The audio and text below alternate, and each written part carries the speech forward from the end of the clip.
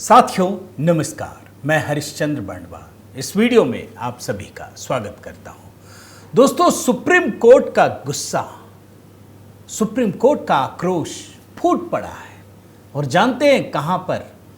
पश्चिम बंगाल में जिस तरीके से आरोपियों को बचाने की कोशिश हो रही है, आरोपियों को जिस तरीके से जमानत दी गई है, आरोपियों के साथ जांच में जिस तरीके से ढिलाई बरती जा रही है, उस मामले को लेकर और सुप्रीम कोर्ट ने जो आदेश दिया है दोस्तों, सख्त आदेश, यह दरअसल ममता सरकार के लिए भी एक बहुत बड़ा झटका है।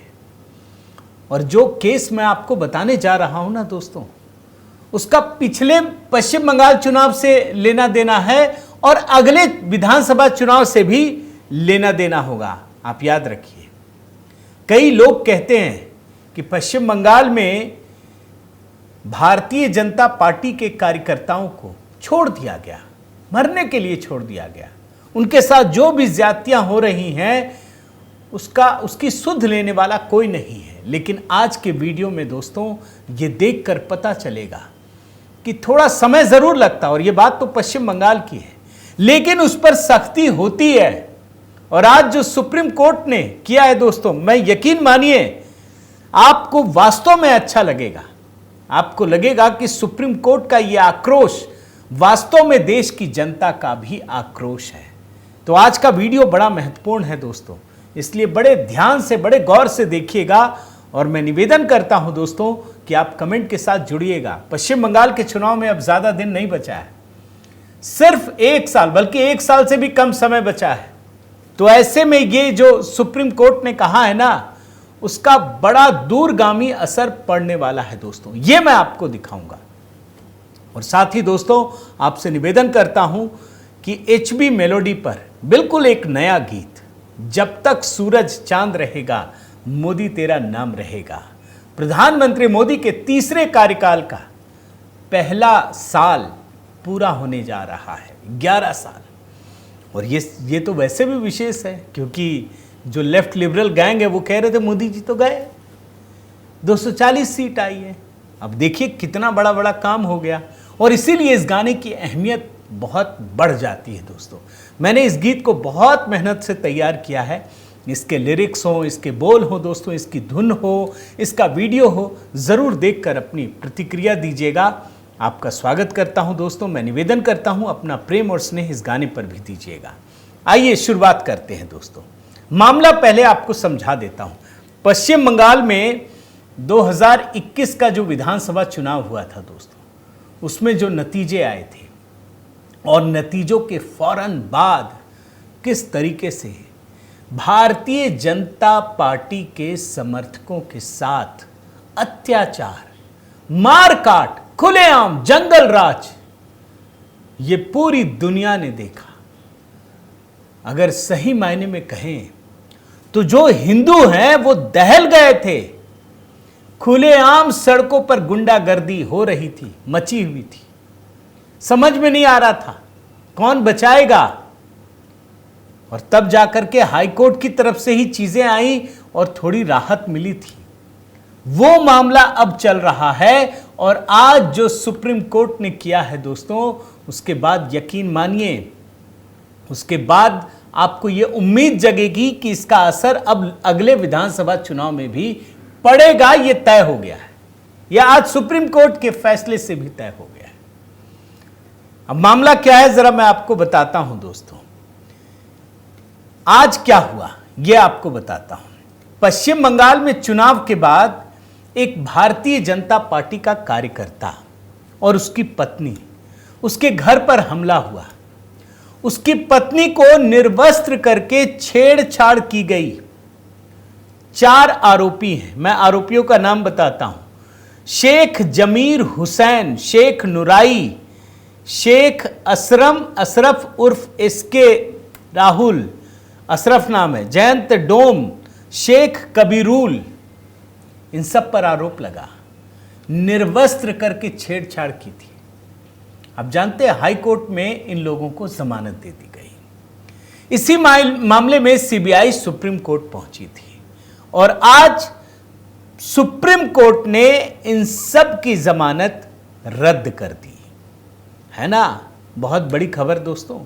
अब ये मेन स्ट्रीम मीडिया में आपने देखा नहीं देखा, जरूर कमेंट करके बताइएगा। मैंने तो नहीं देखा। आज के समय अगर इससे कोई बड़ी खबर हो, आज पूरे दिन की बात बता रहा हूं, तो बता दीजिएगा।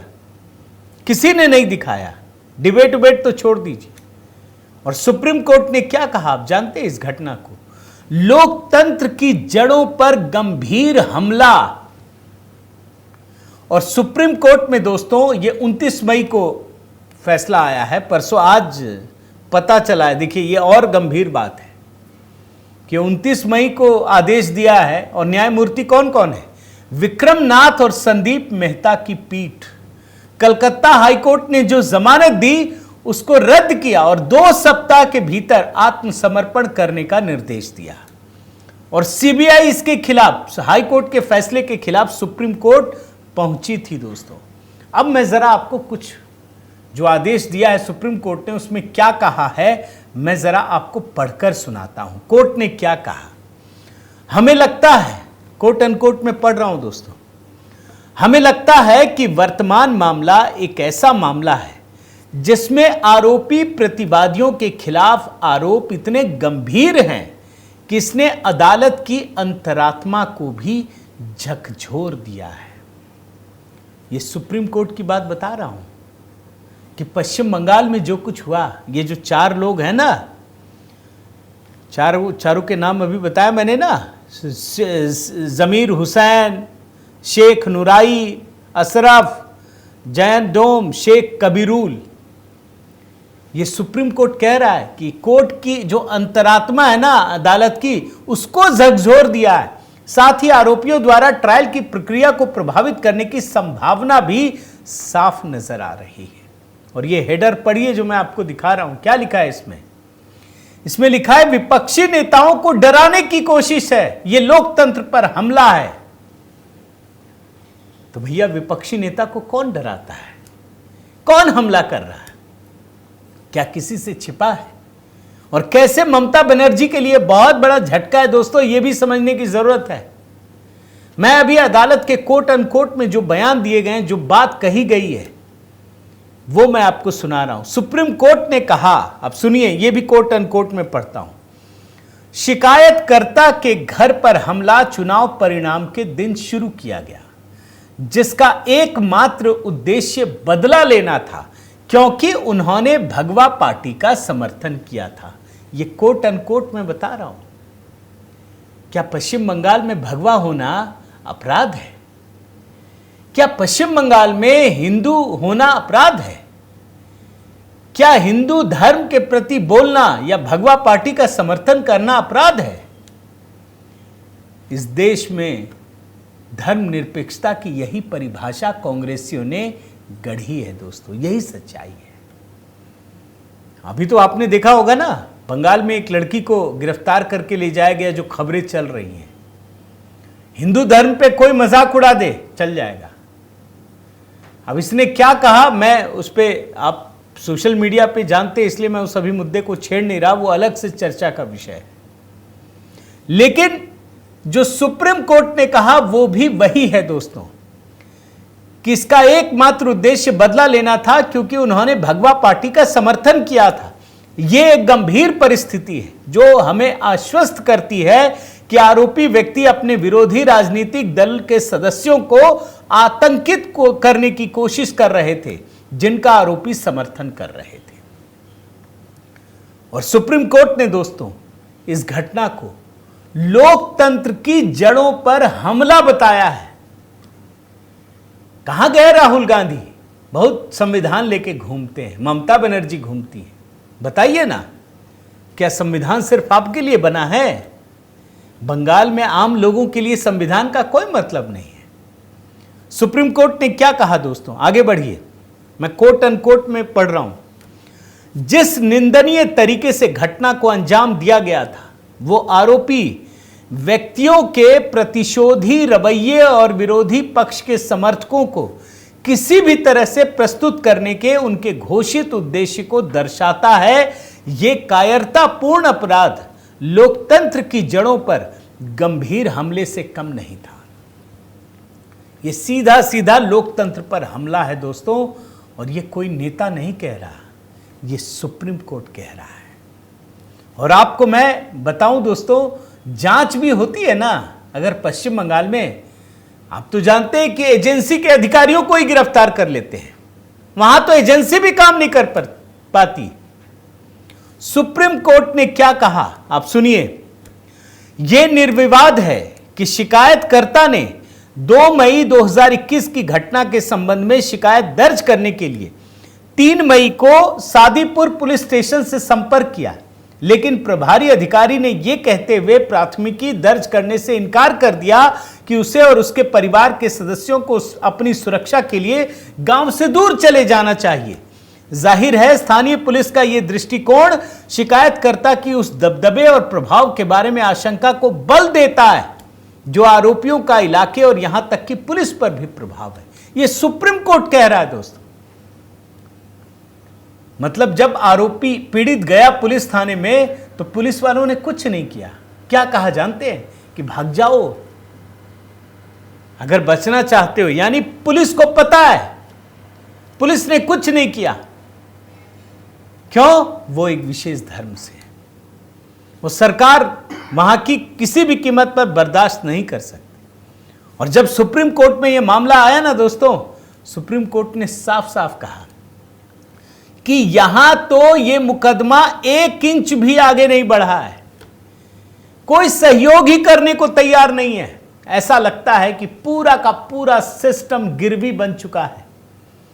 सिर्फ एक संप्रदाय, एक धर्म के लोगों को तुष्टीकरण के आगे बिछ गया है, कोई काम करने को तैयार नहीं। और जो आरोपी है, अगर वो भाजपा के कार्यकर्ताओं को मार रहा है तो आखिर किसी का तो समर्थन है ना, किसके लिए कर रहा है? अब ये कोई रॉकेट साइंस तो है नहीं दोस्तों। भाई कांग्रेस है नहीं, लेफ्ट खत्म हो चुकी है, सिर्फ टीएमसी के लिए।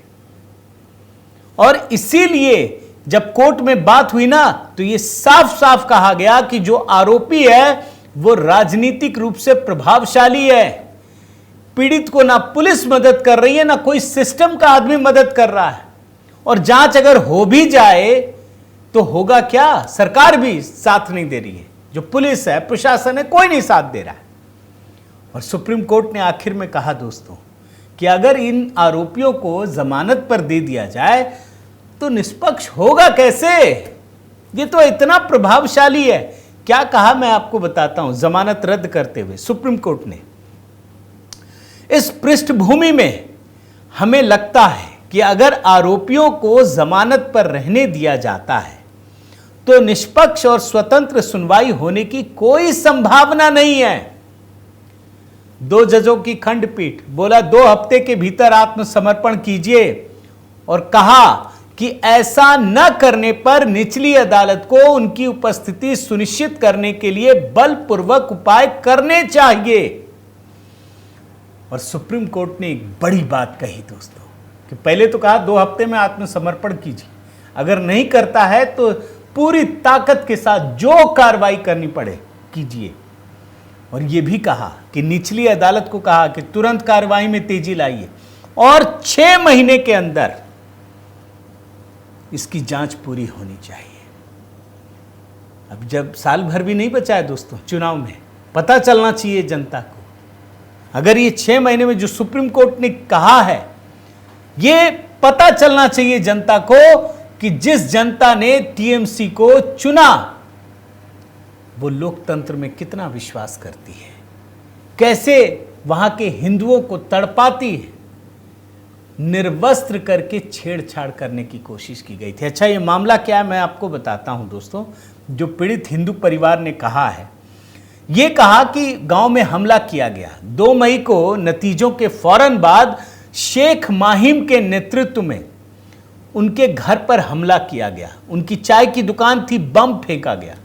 40 से 50 लोगों की भीड़ ने उनके घर पर बम, लाठी, चाकू, लोहे की छड़, रिवॉल्वर से हमला किया। शिकायतकर्ता परिवार के साथ मारपीट की गई, लूटपाट की गई, उनकी पत्नी को निर्वस्त्र किया गया, छेड़छाड़ की गई। और जब इन लोगों ने देखा अब कुछ नहीं हो सकता, तो अपने ऊपर मिट्टी का तेल डाल दिया आग लगाने के लिए। ये सारे भाग गए हमलावर। इसके बाद जो पीड़ित हैं वो सादीपुर पुलिस स्टेशन गया। जानते हैं वहां का जो प्रभारी अधिकारी है क्या कहा? बोला भाग जाओ, भाग जाओ। और ये कब हुआ दोस्तों? 2 मई 2021 को, जैसे ही बंगाल चुनाव के नतीजे आए उसके ठीक बाद हुआ। कोलकाता हाईकोर्ट में जब ये मामला आया ना दोस्तों, तब उसने सख्ती दिखाई, तब ये विश्वास जगा कि कुछ होगा। एफआईआर जांच के आदेश दिए गए। सीबीआई को कहा कि तुरंत सारे मामलों के जांच कीजिए। और आपको मैं बताऊं दोस्तों, आरोपियों को 3 नवंबर 2022 को गिरफ्तार किया गया। कितना समय लगा गिरफ्तारी के लिए। ममता सरकार क्या आम जनता का भला करेगी? आप जानते हैं जो सीबीआई जांच के आदेश हुए थे ना हाईकोर्ट द्वारा, ममता बनर्जी सुप्रीम कोर्ट पहुंच गई, बोली इसको रोकिए। हाई कोर्ट ने कहा कि एक एसआईटी का गठन करो और तब जांच करो। ममता बनर्जी सुप्रीम कोर्ट पहुंच गई। तो आप खुद सोचिए कि ममता बनर्जी के तुरंत चुनाव जीतने के बाद पूरे बंगाल में हिंसा होती है, मारपीट होती है, हिंदुओं को छांट छांट के मारा जाता है, भारतीय जनता पार्टी के समर्थकों को। और जब उस पर जांच होने लगती है तो ये सुप्रीम कोर्ट चली जाती है कि सीबीआई जांच ना हो सके। हाई कोर्ट ने फिर 3 सदस्यीय समिति के गठन का भी आदेश दिया था दोस्तों। और इसके अलावा हालात इतने गंभीर थे कि एनएचआरसी को भी 7 सदस्यीय समिति का गठन करना पड़ा। मगर एक बात बड़े दुख से कहना पड़ेगा दोस्तों, चलिए आज तो सुप्रीम कोर्ट का आदेश हो गया, हुआ क्या भाई? जिनको मारा गया, जिनको पीटा गया, सिर्फ यही दोष था ना कि उसने भाजपा का साथ दिया, कुल कर दिया। तो सवाल यह है कि अगली बार वो वोट आपके लिए करेगा क्यों? उसको पता मारी खाना है तो वो आपके समर्थन में खड़ा क्यों होगा? अब देखिए, सुप्रीम कोर्ट का यह आदेश तो बहुत बड़ा है दोस्तों, मैं व्यक्तिगत रूप से मानता हूं। लेकिन मैं ये भी मानता हूं कि इस मामले में भारतीय जनता पार्टी और केंद्र सरकार को भी लगकर इसे आगे बढ़ाना चाहिए, लोगों को याद दिलाना चाहिए, इसमें यह सुनिश्चित करना चाहिए कि इस तरह की घटना दोबारा ना हो। इसमें चुनाव आयोग की भी भूमिका होनी चाहिए। ऐसा नहीं कि आपने चुनाव कराया, भाई वो दहशत तो आज भी होगा, अगले बार आप चुनाव कैसे कराएंगे? फिर आप बोलेंगे नहीं नहीं मैं 20 दिन 4 फेज में चुनाव हो गया, खत्म मेरी कहानी। ना, आपकी कहानी आगे भी होनी चाहिए। आपका काम 5 साल के लिए पूरा होना चाहिए, सिर्फ चुनाव तक नहीं होना चाहिए। अगर चुनाव के बाद भी आम जनता को धमकाया जाता है तो यह चुनाव आयोग की जिम्मेदारी में होना चाहिए। आप सहमत हैं या नहीं दोस्तों? जरूर बताइएगा। इसमें भारतीय जनता पार्टी की भी भूमिका बड़ी होनी चाहिए, केंद्र सरकार की भी भूमिका बड़ी होनी चाहिए। आप क्या सोचते हैं? ज़रूर बताइएगा दोस्तों। और मैं निवेदन करता हूं कि इस वीडियो को अधिक से अधिक लोगों तक पहुंचाइए, लाइक कीजिए, कमेंट कीजिए, बेल आइकन दबाइए। चैनल अगर आपने सब्सक्राइब नहीं किया है तो ज़रूर कीजिए। और हाँ दोस्तों, HB मेलोडी, वहाँ पर एक नया गीत प्रधानमंत्री मोदी के कामकाज पर, वो जिस तरीके से परिश्रम की पराकाष्ठा करते हैं, जब तक सूरज चांद रहेगा मोदी तेरा नाम रहेगा। आपके कमेंट की प्रतीक्षा है। HB पोएट्री में दोस्तों काव्य प्रतियोगिता चल रही है। मुझे सैकड़ों लोगों के मैसेज आए, मेल आए, तो आपसे निवेदन है कि ज़रूर अगर आप कहीं भी कविता में दिलचस्पी रखते हैं, राष्ट्रवाद ऑपरेशन सिंदूर पर ज़रूर लिखकर भेजिए। देखिए, शायद अच्छा लगेगा आपको भी। बहुत बहुत धन्यवाद। जय सिया राम।